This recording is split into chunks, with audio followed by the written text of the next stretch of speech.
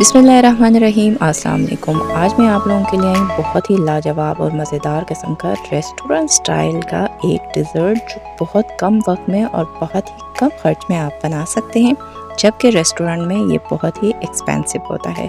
चंद ही dub रोटी, थोड़ा सा दूध और कस्टर्ड से ये ज़बरदस्त किस्म का डिज़र्ट बनेगा, जिसे हम नॉर्मली घरों में भी बनाते हैं, लेकिन बिल्कुल उससे मुख्तलिफ बनता है और टेस्ट वाइज भी इतना बेहतर नहीं होता। रेस्टोरेंट में ये इस तरह बनाते हैं जिस तरह मैं आपको बता रही हूँ कैसे हम बनाएंगे, बहुत ही लाजवाब और बहुत ही मज़ेदार बनाएंगे। तो हम बना रहे हैं शाही टुकड़े रेस्टोरेंट स्टाइल में। अगर आप भी ये ज़बरदस्त किस्म की रेसिपी बनाना चाहते हैं तो मेरी वीडियो को मुकम्मल देखें। तो चलें वीडियो स्टार्ट करते हैं। तो सबसे पहले मैंने क्या किया है कि ब्रेड्स लिए हैं, 8 अदद ब्रेड मैंने लिए हैं, जिससे हम ये ज़बरदस्त किस्म के डिज़र्ट बनाएंगे। तो मैं क्या करती हूँ, सबसे पहले इनके किनारों को रिमूव कर देती हूँ। इसको हम इसलिए रिमूव कर रहे हैं कि जब ये फ्राई हो जाएंगे ब्रेड, तो इसके किनारे काफ़ी हार्ड होते हैं जो खाने में मज़े के नहीं लगते हैं। अगर आप नहीं हटाना चाहते हैं तो आप रख भी सकते हैं। तो मैं ये किनारों को पहले रिमूव करूँगी। तो ब्रेड के किनारे मैंने रिमूव कर दिया। अब मैं ब्रेड को सेंटर से इस तरह काट के दो हिस्सों में डिवाइड कर दूंगी। तो इस तरह करके हम अपने तमाम ब्रेड को रेडी कर देते हैं। ये देखें ज़बरदस्त किस्म के रेडी हो गए हैं। तो अब हम इसको फ्राई करने की तैयारी करते हैं। तो यहाँ देखें पैन पे मैंने क्या किया है, घी चढ़ा दिया है। हमने इसको लाजमन घी में फ्राई करना है। अगर आप देसी घी में फ्राई करना चाहते हैं तो वो भी कर सकते हैं, ऑयल में आपने इसको फ्राई नहीं करना।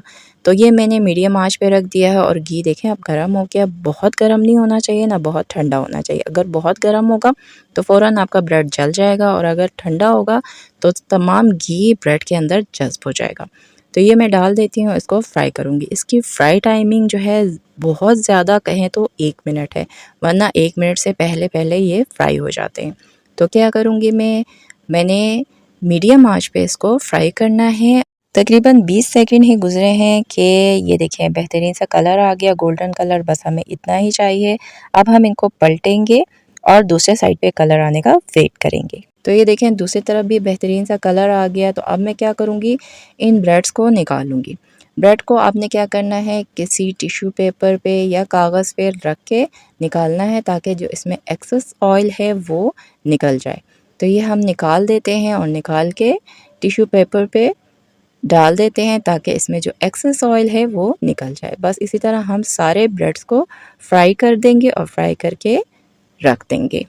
तो अब हमने क्या करना है, कस्टर्ड बनाना है। उसके लिए मैंने चूल्हे पे पैन चढ़ा दिया है। चूल्हा इस वक्त मीडियम आंच पर है।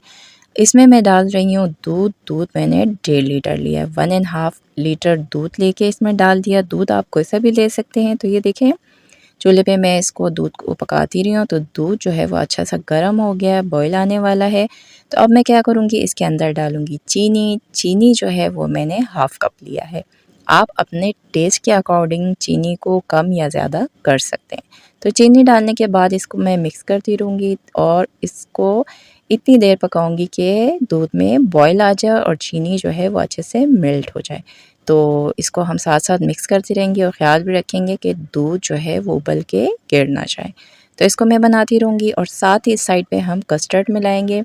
तो ये 1.5 लीटर में से मैंने 1 कप दूध निकाल दिया था, ठंडा दूध है। इसके अंदर मैं डालूँगी custard powder, vanilla custard powder है जो 5 खाने के चम्मच है। 5 टेबलस्पून कस्टर्ड पाउडर मैंने लिया है, जो मैं इस ठंडे दूध में डालूँगी। डालने के बाद इसे अच्छे से मिक्स करेंगे। अगर आपको वनीला के अलावा कोई और कस्टर्ड पाउडर लेना है किसी और फ्लेवर का, तो आप वो भी यूज़ कर सकते हैं। तो ये डालने के बाद इसको अच्छे से हम मिक्स करेंगे। बस आपने ख्याल रखना है कि दूध ठंडा होना चाहिए, गर्म नहीं होना चाहिए। इसे इतने अच्छे से मिक्स करेंगे कि कस्टर्ड अच्छे से डिज़ोल्व हो जाए और इसमें लम्प्स बिल्कुल भी ना रहें। तो ये बेहतरीन सा मिक्स हो गया है, अच्छे से हमने मिक्स कर दिया। तो यहाँ देखें दूध में बॉयल आना शुरू हो गया, चीनी भी बेहतरीन सा पिघल चुका है। तो मैं क्या करूँगी, जो कस्टर्ड पाउडर हमने 1 कप ठंडे दूध में डाल के अच्छे से मिक्स कर दिया था, वो क्या करेंगे, हम इस दूध में डाल देंगे। ये 1.5 लीटर दूध से ही मैंने 1 कप दूध निकाला था। तो अब मैं क्या करूँगी, इसे एक दफ़ा अच्छे से फिर से मिक्स कर दूँगी, क्योंकि कस्टर्ड जो है वो बैठ जाता है। उसके बाद हम थोड़ा थोड़ा करके कस्टर्ड को दूध के अंदर मिक्स करेंगे और साथ साथ इसको हम मिक्स करते रहेंगे, हाथ आपने नहीं रोकना। अगर आप साथ साथ मिक्स नहीं करेंगे तो डेला बनना शुरू हो जाएंगे कस्टर्ड के, जो बाद में आपके लिए मुश्किल हो जाएगा। तो इसी तरह हमने थोड़ा थोड़ा करके सारा कस्टर्ड इसमें डाल दिया है दूध के अंदर, और दूध का कलर भी देखें चेंज हो गया है। तो अब क्या करेंगे, हम इसको थोड़ी देर इसी तरह मिक्स करते रहेंगे, इतनी देर के इसमें बॉयल ना आ जाए। तो ये देखें थिक भी हो गया काफ़ी हद तक पहले से। तो इसी तरह हम इसको तकरीबन 5 मिनट तक कुक करेंगे, और आंच इस वक्त जो है वो मीडियम से थोड़ा सा कम है, और इसी पे हम इसको मिलाते हुए पकाते रहेंगे ताकि हमारा कस्टर्ड जो है वो अच्छे से पक जाए और थिक भी हो जाए। लेकिन आपने ख्याल रखना है कि गिरे ना। तो ये देखें अच्छा से हमने पकाते रहे हैं, तकरीबन 5 मिनट तक कस्टर्ड को मैंने कुक किया है। तो इस पॉइंट पे मैं क्या करूँगी, आधे चाय का चम्मच इसके अंदर वनीला एसेंस डालूँगी। ये ऑप्शनल है, अगर आप डालना चाहें तो डाल सकते हैं। इसके डालने से इसमें बेहतरीन सा वनीला का टेस्ट बहुत बेहतरीन सा आ जाता है। तो हाफ़ टी स्पून मैंने वनीला एसेंस इसमें डाल दिया है, और डालने के बाद इसको 1 मिनट के लिए मज़ीद कुक करूँगी। तो टोटली हमने कस्टर्ड डालने के बाद 6 मिनट के लिए कस्टर्ड को कुक किया। देखें कस्टर्ड काफ़ी थिक हो चुका है, बस हमें इतना ही चाहिए। जब ये ठंडा होगा तो ये मज़ीद थिक हो जाएगा। तो देखिए मैंने एक डिश लिया है, आप जिस तरह का भी डिश लेना चाहें ले सकते हैं। उसके बाद ये जो हमने ब्रेड को फ्राई किया था, ये देख लें कितने ज़बरदस्त क्रिस्पी किस्म के बने हुए हैं। तो अब हम क्या करेंगे, इसको सेट करेंगे, अपने डिज़र्ट को रेडी करेंगे। तो पहले क्या कर लेते हैं, हम लोग ब्रेड डाल देते हैं। आप चाहें तो पहले आप कस्टर्ड भी डाल सकते हैं। बस आपने ख़्याल रखना है कस्टर्ड को आपने ठंडा नहीं करना, फ़ौरी तौर पर ही आपने ब्रेड के ऊपर डाल देना है। तो ये देखें इस तरह हम ब्रेड डाल देते हैं। आप अपने हिसाब से जैसे भी आप सेट करना चाहें कर सकते हैं। ब्रेड डालने के बाद हम क्या करेंगे, इसके ऊपर गरम-गरम कस्टर्ड डालेंगे, जिसको अभी-अभी मैंने चूल्हे से उतारा है। कस्टर्ड को हम ठंडा होने नहीं देंगे। अगर कस्टर्ड ठंडा होगा तो क्या होगा कि ब्रेड में जज़्ब नहीं होगा, और आपकी जो डिज़र्ट है वो उस तरह की मज़े की और नरम, और जो मुँह में डालते ही घुल जाए उस तरह का डिज़र्ट नहीं बनेगा। तो इसलिए आपने इसको गरम-गरम डालना है, बिल्कुल भी वेट नहीं करना ठंडा होने का। तो ये देखें अच्छे से मैंने देखें कस्टर्ड डाल दिया है कि ये ब्रेड जो है उसके अंदर डूब चुके हैं। तो उसके बाद हम इसकी दूसरी लेयर बिछा देते हैं। तो इसी तरह जितना भी आपके पास ब्रेड है, और जितना आप ज़्यादा बनाना चाहते हैं या कम बनाना चाहते हैं, उस हिसाब से आप इसको सेट करेंगे। अगर आप ज़्यादा बनाना चाहते हैं तो कई लेयर्स में आप बना सकते हैं, और अगर कम बनाना चाहते हैं तो एक लेयर में भी बन सकता है। तो ये देखिए बेहतरीन सा रेडी हो गया है। मैंने तमाम तर ब्रेड और कस्टर्ड डाल के ये बेहतरीन सा रेडी हो गया। डबल लेयर में मैंने बनाया है।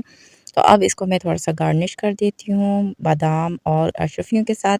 आप जिस चीज़ से भी गार्निश करना चाहें कर सकते हैं, और अगर आपको नहीं पसंद ड्राई फ्रूट वगैरह तो आप सादा भी इसको सर्व कर सकते हैं। तो ये बेहतरीन सा रेडी हो गया है।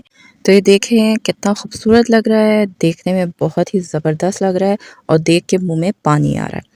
तो अब ये रेडी हो गया है। इसको हम थोड़ी देर रखेंगे कि रूम टेम्परेचर पे आ जाए। उसके बाद मैं इसको रखूँगी फ्रिज में। कम से कम आपने 2 से 3 घंटे के लिए इसको फ्रिज में रखना है, ताकि बेहतरीन सा ठंडा हो जाए और ब्रेड जो है वो बेहतरीन सा नरम हो जाए, जो आपके मुंह में जाते ही घुल जाए, तभी इसका मज़ा आता है। और अगर आपके पास टाइम ज़्यादा है तो आप ओवरनाइट भी रख सकते हैं, उससे और भी ये ज़बरदस्त और मज़ेदार बनेगा। तो ये देखिए मैंने 3 घंटे के लिए इसको फ्रिज में रखा, बेहतरीन से ये ठंडा हो गया है। तो अब हम इसको निकालते हैं और देखते हैं कि हमारा ये बेहतरीन सा डिज़र्ट किस तरह का बना हुआ है, टेस्ट वाइज कैसा है। तो ये देखिए वाह, बहुत ही ज़्यादा नरम, बेहतरीन सा नरम नरम सा हो चुका है। ब्रेड जो है बिल्कुल ऐसा लग रहा है जैसे कोई केक हो, और देखने में तो बहुत ही लाजवाब लग रहा है। देखें बेहतरीन सा नरम नरम हुआ हुआ है, और कहीं से नहीं लग रहा है कि ये ब्रेड है। अगर आप किसी को ना बताएं और खिलाएं तो वो कहेंगे शायद पता नहीं आपने किस किस्म का केक इसमें डाला हुआ है। बहुत ही लाजवाब लग रहा है। तो टेस्ट करके आपको बताती हूँ कि टेस्ट वाइज ये कैसा है। बहुत ही लाजवाब, बहुत ही मज़ेदार, बहुत ही लजीज, इतना नरम कि मुंह में जाते ही घुल रहा है, और बहुत ही जायकेदार, बहुत ही ज़बरदस्त। कहीं से भी नहीं लग रहा है कि सिर्फ़ और सिर्फ कस्टर्ड और ब्रेड के साथ हमने ये बनाया है, बल्कि ऐसा लग रहा है जैसे इसमें बहुत सारा क्रीम और खोया हमने डाल के इसे बनाया हुआ। बहुत ही क्रीमी और बहुत ही मज़ेदार बना हुआ है। और ब्रेड तो बिल्कुल ब्रेड नहीं लग रहा है, ऐसा लग रहा है जैसे केक है। ब्रेड के अंदर कस्टर्ड बेहतरीन सा जज्ब हुआ है, अगर आप इस ब्रेड को देसी घी में फ्राई करके बनाएं तो और भी ये बहुत ही ज़्यादा लाजवाब और मज़ेदार बनेगा। अपने लिए बनाते हैं, मेहमानों के लिए या फिर ईद पे या किसी दावत के लिए बनाएं, बहुत ही ज़बरदस्त और मज़ेदार, कम खर्च कम वक्त में ये डिज़र्ट बेहतरीन सा रेडी हो जाएगा और सबको बहुत ज़्यादा पसंद भी आएगा। रेस्टोरेंट में ये बहुत ही एक्सपेंसिव होता है, जो हमने कम खर्च में घर में बनाया। आप भी ज़रूर इसको ट्राई करें, आपको बहुत मज़ा आएगा और आपका दिल करेगा कि आप इसको बार बार बनाएं। तो उम्मीद करती हूँ कि आपको मेरी आज की ये रेसिपी पसंद आई होगी। अगर आपको मेरी रेसिपी पसंद आई है तो इसे ज़्यादा से ज़्यादा लाइक करें, शेयर करें और अगर अभी तक आपने मेरे चैनल को सब्सक्राइब नहीं किया तो उसे ज़रूर सब्सक्राइब करें। बेल आइकन के बटन को दबाएं ताकि मेरे आने वाली तमाम वीडियोस आपको सबसे पहले मिले और मिस भी ना हो। तो मिलते हैं नेक्स्ट किसी और वीडियो के साथ। अल्लाह हाफिज़।